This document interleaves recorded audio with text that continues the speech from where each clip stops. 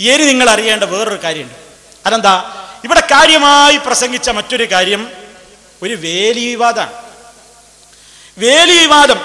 ആ വേലി വിവാദത്തിൽ നമ്മൾ അന്ന് പറഞ്ഞു, ഇങ്ങനെ ഒരു വേലി ആരും നമ്മൾക്കെതിരെ ഒരു വേലി കെട്ടിയിട്ടില്ല, നമ്മൾ അങ്ങോട്ട് കിടക്കരുതെന്ന നിലക്ക് ഒന്നും സംഭവിച്ചിട്ടില്ല. അത് അദ്ദേഹത്തിന്റെ സൗകര്യാർത്ഥം അദ്ദേഹം ചെയ്തതാണ്. ഞാൻ ആവർത്തിക്കുന്നില്ല. അതൊക്കെ കഴിഞ്ഞ പ്രഭാഷണത്തിൽ നമ്മൾ ബഹുമാന്യനായ ആലി ഹസനാജി എന്ന് പറയുന്ന ആ മാന്യ സഹോദരന്റെ തന്നെ വാക്കുകൾ കഴിഞ്ഞ പ്രഭാഷണത്തിൽ കേൾപ്പിച്ചിരുന്നു. അപ്പൊ ഇവരൊരു വേല ഒപ്പിച്ചല്ലോ. ഇനിയിപ്പോൾ എന്താ മറുപടി പറയാ? ഇപ്പം എന്താ ഇപ്പം അതിന് പറയാ? അപ്പോൾ ഒരാളെ ഏർപ്പാട് ചെയ്തു, പുറത്തുനിന്ന് അങ്ങനെ വിളിച്ചിട്ട് ചില കാര്യങ്ങൾ വളരെ കൃത്രിമത്വം നടത്തിയിട്ട് ഒരാൾ അവതരിപ്പിക്കുകയാണ്. അത് സംബന്ധമായിട്ട് എന്താ ഉണ്ടായത് എന്ന് ചില ചോദ്യങ്ങളൊക്കെ പിന്നെ പേരോട് ഇവിടെ വന്നിട്ട് പറയുന്നുണ്ട്. എന്താ പറയുന്നത്? മൂപ്പര് സ്ഥാപിക്കാണ് ഈ ആലി ഹസനാജി പരിപാടിക്കെതിരെ തന്നെയാണ്.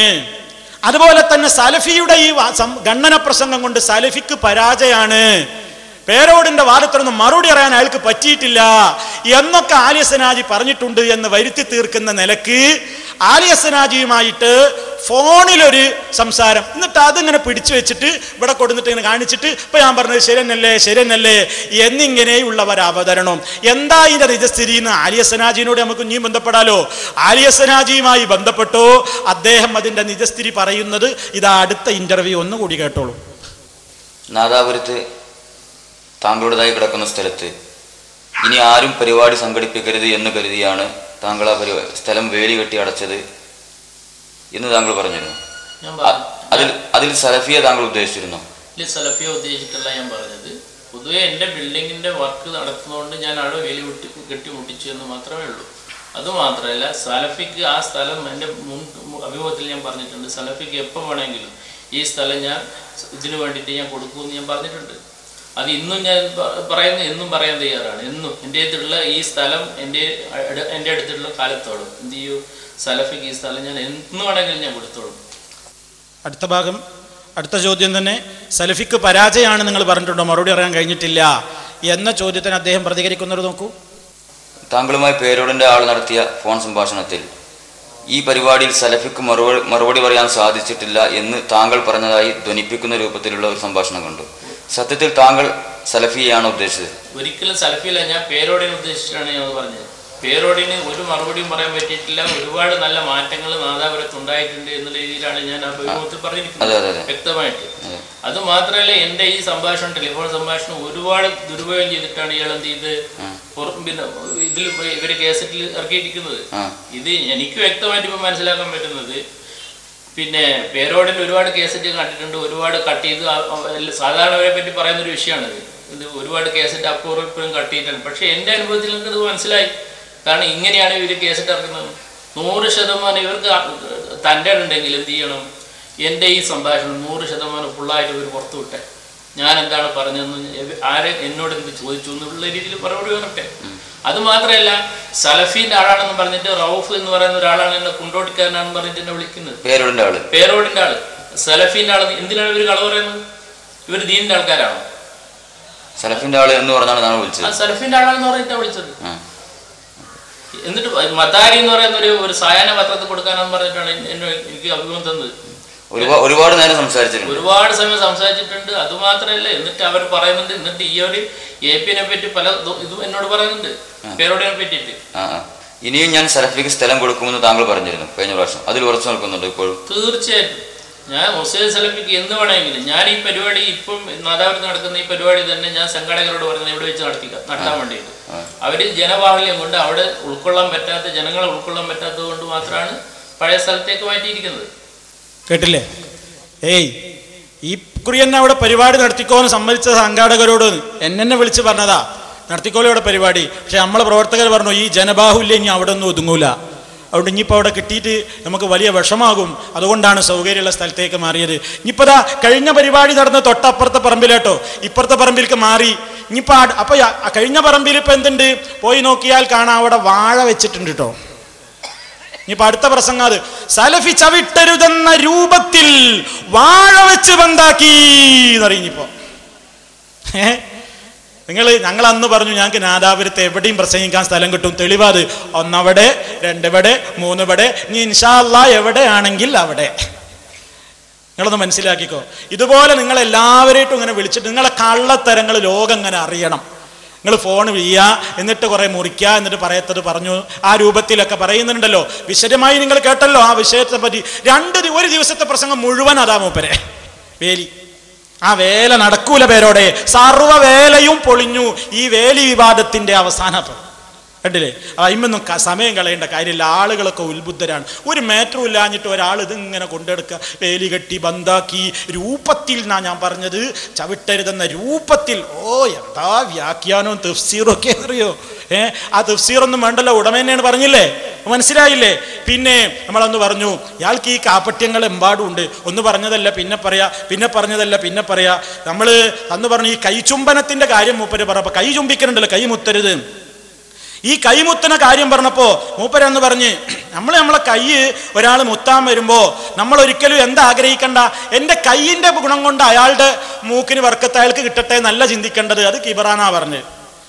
അത് എൻ്റെ കൈയിന്റെ വർക്കത്തോണ്ട് മൂപ്പര് കിട്ടട്ടെ നമ്മൾ ചിന്തിക്കരുത്, നമ്മൾ അങ്ങനെ ആലോചിക്കരുത്. പിന്നെ എന്താ നമ്മളെ മനസ്സിൽ എന്താ വേണ്ടത്?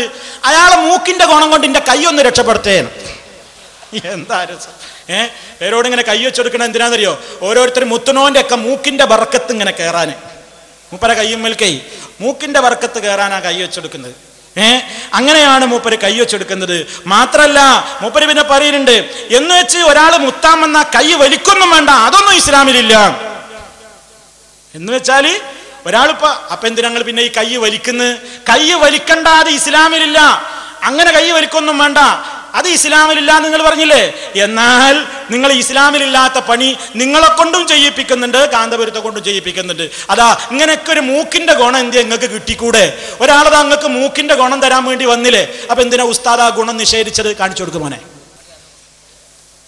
അതാ അപ്പോ ഈ മൂക്കിന്റെ ഗുണം ആ ഉസ്താദിന് വേണ്ട എന്ന് വിചാരിച്ചു ഒരാൾ മുത്താൻ വരുമ്പോ കൈ വലിക്കണം എന്നുണ്ടോ? അത് ഇസ്ലാമിലില്ല നിങ്ങൾ പറഞ്ഞില്ലേ? ഇപ്പൊ എന്താ ഈ ചെയ്യുന്നത്?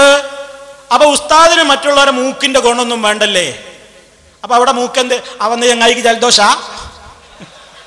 മൂക്കിന്റെ ഗുണം നല്ല ഗുണം കയറിട്ട മൂക്കിന്റെ ഗുണേ ജലദോഷവും കൂടി ഉണ്ടെങ്കിൽ വിശേഷമായി. അന്ന് മുത്തിന്റെ വശങ്ങളൊന്നും ഇങ്ങനെ കാണിക്കുകയും ചെയ്താൽ മതി. അപ്പൊ നന്നായിട്ട് കയറും, തലച്ചോറ്റിൽക്കും ബർക്കത്ത്. ഇനിതാ മൂപ്പര് നമ്മളെ വിനീതന് ഇപ്പൊ മൂക്കിന്റെ ബർക്കത്ത് വേണ്ട. വിനീതം ചെയ്തോളി ഇവിടെ അങ്ങനെ പറഞ്ഞപ്പോ മൂപ്പർക്ക് തന്നെ തോന്നി ഇനി അങ്ങനെയാണ് വേണ്ട. മൂപ്പരയാണ് കൈ, നിങ്ങൾ ആ ക്ലിപ്പിൽ കൈ ശ്രദ്ധിച്ചോ, കൈ ഇങ്ങനെ പിടിക്കണം കുറെ കഴിയുമ്പോൾ ആൾക്കാർ മുത്തുണ്ടാച്ചിട്ടേ. ഇങ്ങനെ ആ ഭാഗം ഒന്ന് കാണിച്ചു കൊടുത്ത്. മുത്തായക്കളില്ല ഒരു കയ്യും കെട്ട് അല്ല മുത്തായക്കൾ ഒറ്റ വലിയ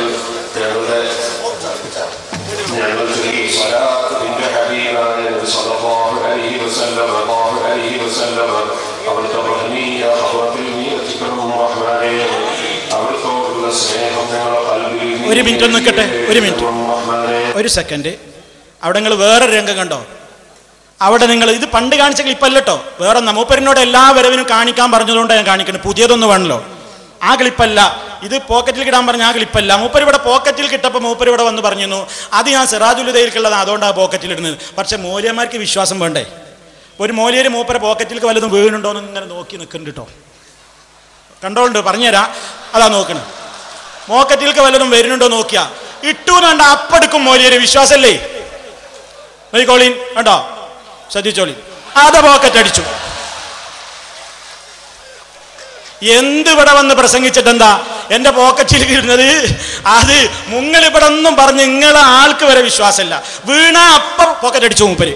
വിശ്വാസം വേണ്ടേ? സ്ഥിരം കാണിച്ചോളട്ടോ, സ്ഥിരം കാണിച്ചോളൂ. എന്നോട് പറയുന്നുണ്ട് സലഫി ഇത് കാണിക്കൽ തുടങ്ങിയതിന്റെ ശേഷം 2 ലക്ഷം ഉള്ളത് 3 ലക്ഷം അയക്കണ്, ഒരു 10 ലക്ഷം ആയിക്കോട്ടെ, കൂടട്ടെ, നിങ്ങളെ വരുമാനം കൂടട്ടെ, നിങ്ങളുടെ വരുമാനം ധാരാളമായി കൂടട്ടെ കേട്ടോ. ഇത് നിങ്ങളൊന്ന് മനസ്സിലാക്കണം. ഇത് ഓരോ കാര്യത്തെ സംബന്ധിച്ചിട്ടും ഈ കാര്യം തന്നെ നിങ്ങൾ തന്നെ നിങ്ങളുടെ ആളുകൾ തന്നെ ക്ലിപ്പാക്കി തയ്യാറാക്കിയിട്ടുണ്ട്. ഇപ്പൊ കണ്ടു കഴിഞ്ഞല്ലോ. നീ കാണിക്കാത്ത പരാതിയൊന്നും വേണ്ട. എന്താണ് നിങ്ങൾ അതിൻ്റെ കാര്യം, എന്തേ സംഭവിച്ചത് എന്നൊക്കെ എൻ്റെ വിശദീകരണം അല്ലാതെ നിങ്ങൾക്ക് മനസ്സിലായി. എന്തൊക്കെയാണ് എന്നോട് പറഞ്ഞ് ഞാനൊരു പോക്കറ്റിൽ കിടന്ന് എനിക്കൊന്നല്ല മറ്റാൾക്കും കൂടി തോന്നണ്ടപ്പത് അങ്ങനെ പറഞ്ഞിട്ട് കാര്യമുണ്ടോ? എന്താണ് ആ നോക്കി നിൽക്കലും, വീണാ ഉടനെ ആ പോക്കറ്റ് അടിക്കലും, എത്ര വിദഗ്ധമായിട്ട് ആ പോക്കറ്റ് അടിക്കുന്നത്. ആ രംഗം ഒന്നും കൂടെ അങ്ങനെ കാണിച്ചാൽ അതൊന്നും നല്ലതാണ് കാണുന്നത്. ആൾക്കാർക്ക് ആവേശമുള്ളത് കൊണ്ടൊന്നും കണ്ടോട്ടെ.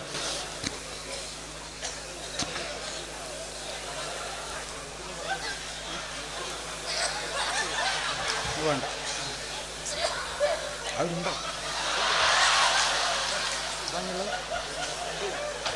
അല്ല, ആ മൂക്കിന്റെ ഗുണം എന്ന് പറഞ്ഞോ ഒന്ന് കേൾപ്പിച്ചേ. മൂപ്പർക്ക് ആ മൂക്കിന്റെ ഗുണം അപ്പൊ നിഷേധിച്ച് അതൊന്നാണ് കേട്ടോട്ടെ.